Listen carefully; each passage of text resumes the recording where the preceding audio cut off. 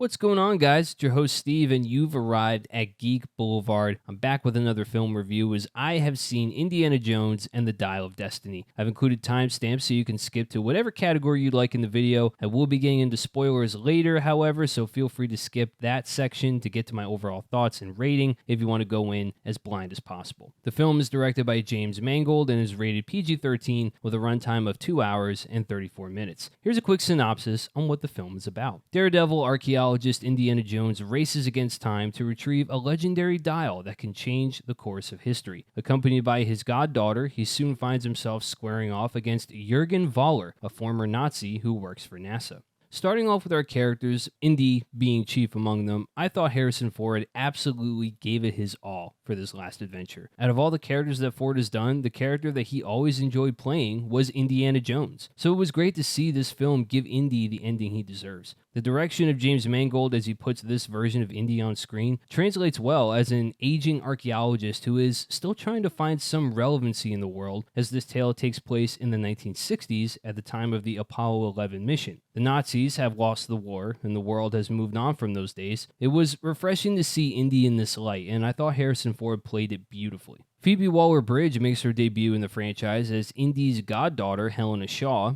I thought she was great. Her chemistry with Ford was very natural, and she can hold her own very well in action scenes. My only gripe with her character is how her character was written, and I'll get into more of that later in my spoiler section. Mads Mikkelsen plays the villain of this next chapter as Jurgen Voller, a former Nazi who works for NASA but has an ulterior motive and aims to get the dial at any cost. Even though Mads Mikkelsen is a phenomenal actor and he plays villains in a very interesting way, seriously, go watch Hannibal, he's just phenomenal in that. His portrayal of Voller just seemed very one note and felt like any other indie villain from past films. There really was no difference to him that stood out to me. The film also stars Boyd Holbrook and Antonio Banderas, but neither are very memorable. Holbrook just plays a lackey to Voller, and Banderas is not in the film nearly enough to make any sort of impact. Moving on to our next category, and that is the special effects and action. For the most part, the CGI was fine. There are a good amount of CGI shots in this movie, no doubt. There's a prologue that takes place in the 40s with a younger Indiana Jones, so there is obvious de-aging technology going on with Harrison Ford's face. And to be clear, de-aging is always something that will be hit or miss in film. Depending on the lighting, it can look believable or not believable. The face can look kind of rubbery, so yeah, there's always that softness to the face that just seems kind of jarring and unnatural, and it was the same case here. When Ford isn't talking, it looks pretty convincing, but then he opens his mouth to speak, and like I said, it just gives off the uncanny valley vibe where something just doesn't seem quite right. It kind of distracted me a little bit, and it took me out of the experience for some of it. When it comes to the action, it was serviceable. The prologue was by far the standout when it comes to those action-heavy moments. Each action beat after that, however, didn't really give off the satisfaction that I was hoping for. Also, it is a little hard to believe some of these moments a lot of the time, as Harrison Ford is a much older guy now, as is his character, and some of the things he does, you just can't really wrap your head around how he's able to come out alive. But as opposed to the previous films, his action scenes are a little more toned down this time, and Bridges' character Helena seems to be tackling more of those action beats, which made sense to me, as Ford is just not as spry as he used to be. Overall, the action was serviceable, but there wasn't much that stood out outside of the opening moments. Let's move on to our next category, and that is the writing and music. The film is written by 4 individuals, 2 of them being Mangold himself, as well as David Koepp, who co-wrote Crystal Skull. That might send up a red flag, as we all know that Crystal Skull was just not great in its execution. But this film is written far better than Crystal Skull, in my opinion. The way that the history and lore surrounding this artifact was really well done, and the history that Indy has with his goddaughter was written very well, and I really enjoyed those exchanges of dialogue between the two in the more quieter moments. There are some nitpicks, but I'll explain in the spoiler section. The music is composed yet again by the legendary John Williams, who has pretty much scored every kind of blockbuster you can think of. Every sort of blockbuster movie that I've watched growing up, 9 times out of 10, John Williams has scored that film. I mean, he's done Star Wars, Jurassic Park, Indiana Jones, he's done the Avengers films, you name it. The guy has done so many films. It's just insane how crazy his resume is.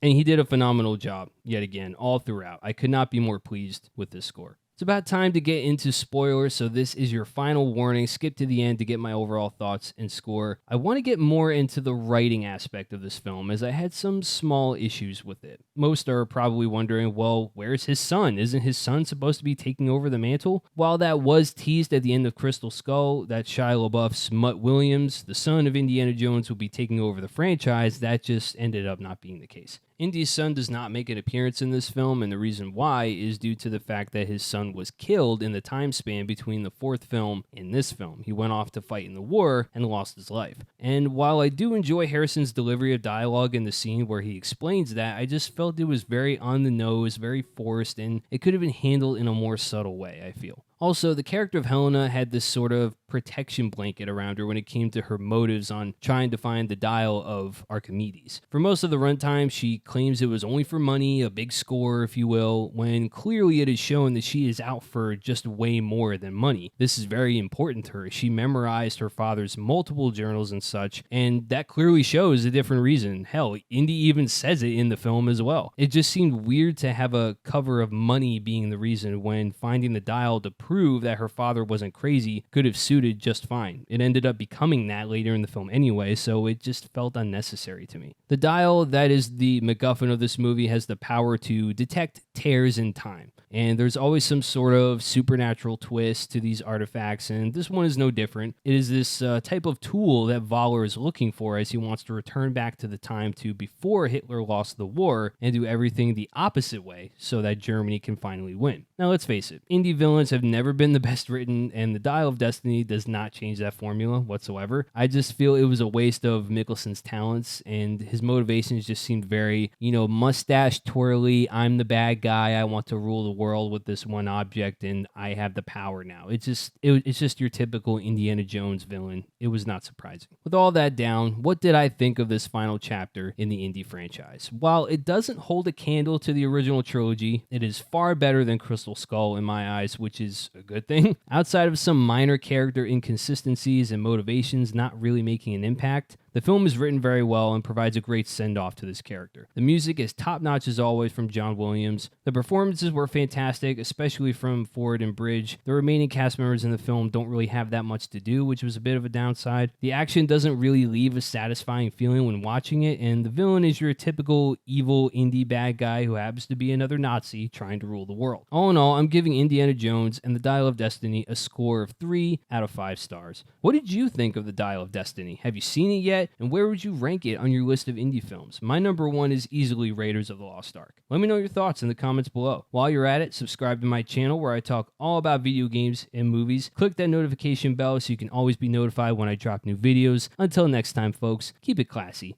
and keep it geeky.